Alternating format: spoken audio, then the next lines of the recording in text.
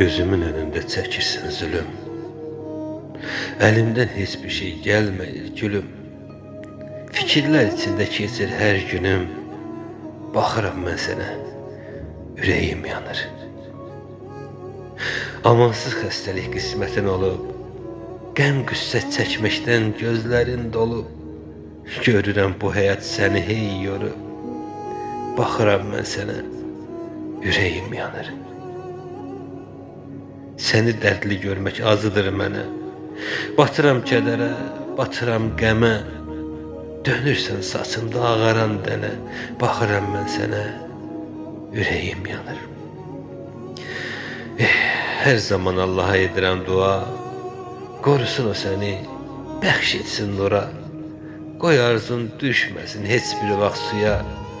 Baxıram mən sənə, baxıram mən sənə.